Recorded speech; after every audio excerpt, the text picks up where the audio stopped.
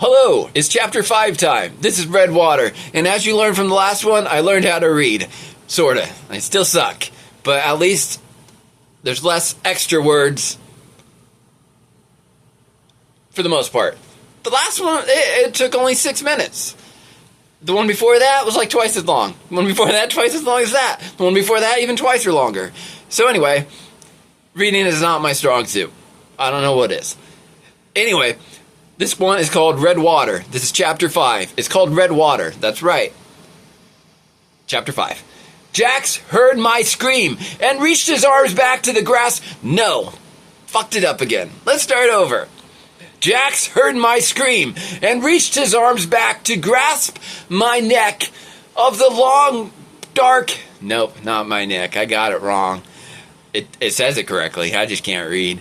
Well, hold on a second, okay? I need a drink. So, this would be a great thing for us to get sponsored by Circle, because it's water, and I'm drinking it. So, you know, we would love that, because although sponsoring a video with only 2 views, probably not the best move, but we would appreciate it. It would help us get cartoons done. Anyway, let's just start this chapter over. 1 minute in. I mean, it's not too bad. Red Water is the chapter title. Chapter 5 is the chapter sequence. I can read. Let's go. Jax heard my scream and reached his arms back to grasp the neck of the long-haired vampire. Long, dark-haired vampire. He twisted the vampire's neck in the same fashion I have seen Marines do in action movies. The vampire wasn't dead enough. It was still alive, but having had his neck snapped, it was harmless and allowed Jax time to grab his gun and shoot it while the infection remained inside him. Jax aimed at the long-haired vampire's brain and fired, cutting a semicircle through his head, killing it. Jax climbed out of the seat.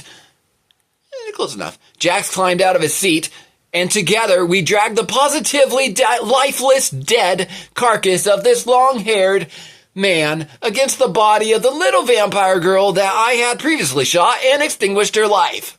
Jax noticed my arm as I let go of the body, allowing his legs to slide slightly. Jax calmly asked where I got the blue substance on my arm, and I told him that I had acquired it while searching for binoculars. Jax then informed me of what I had touched as he reached under the driver's seat in the compartment to pull out huge globs of the stuff. Cover all skin. Cover all visible skin, Jax ordered as he lobbed the blob at me. I didn't know we still had this. Fuck, wrong name. It's the same name. No, different person. Sorry, talking to myself for a second. Cover all visible skin, Jax ordered as he lobbed the blob at me.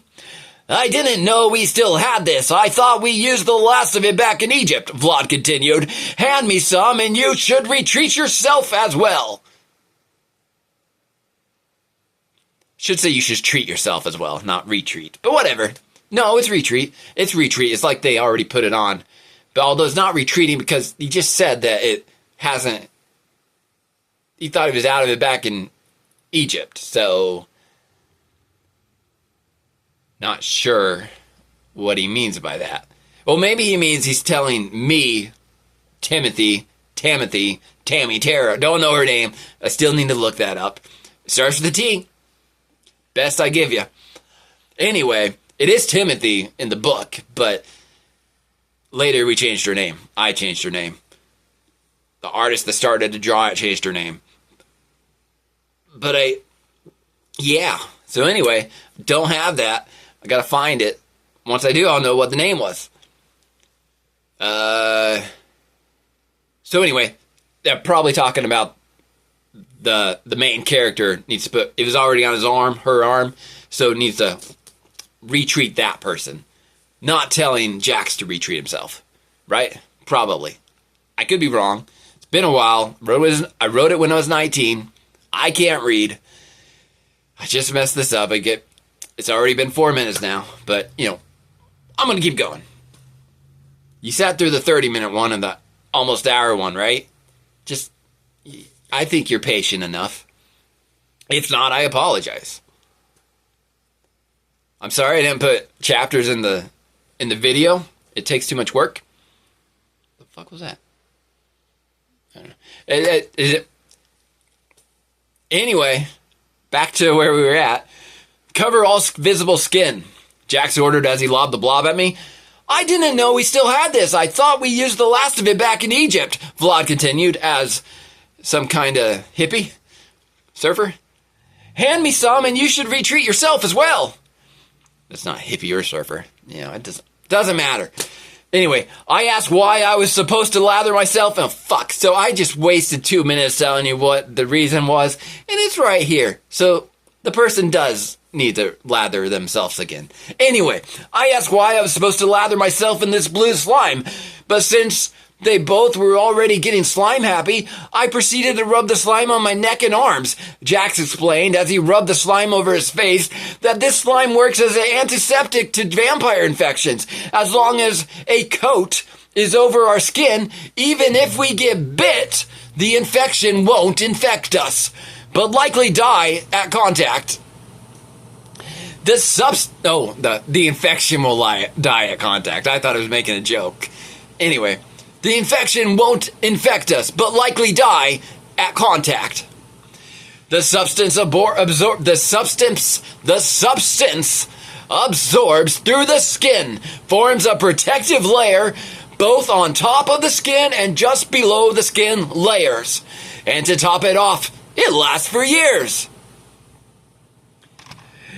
We had just finished smearing blue goop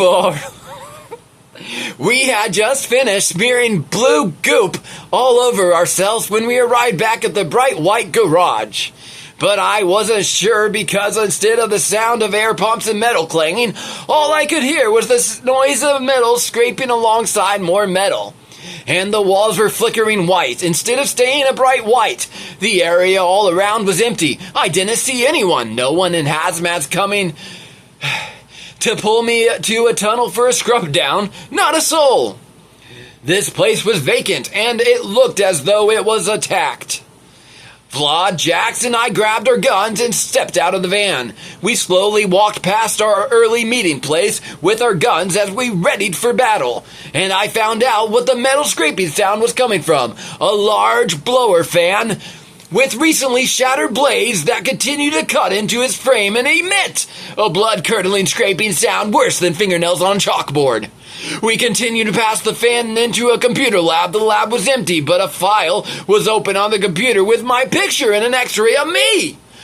Vlad leaned into the computer screen and his eyes widened, and both Vlad and Jax began to look worried. I asked what the deal was, and they were about to tell me, but then they noticed the computer was flashing a small warning which read, "Exceeding water usage." They quickly ran from the room, but I decided to look closer at the x-ray. There was a blob of some sort in the middle of my neck. I rubbed my neck and noticed Vlad and Jax weren't waiting on me. I exited the computer lab and ran past the van. I exited the computer lab and ran past the fan to find Vlad and Jax just passing the van. Vlad reached the tunnel where I was pulled to earlier for my scrub down and pressed a button causing the door to bleep and unlock. Vlad grabbed the handle and pulled the door open, and suddenly red water came gushing out of the tunnel. At first, I thought maybe it was red to begin with, but then I caught up with them and saw what made the water red. Body after body, ravaged by what appears to be a savage animal, were stacked at least 10 high, just behind the 15-nozzle metal sprayer. Vlad and Jax both fell to their knees into the bloody, dyed water. End of the chapter. This one wasn't too long.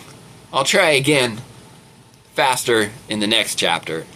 Please wait, or please click and watch the next one. I promise it'll be the next chapter.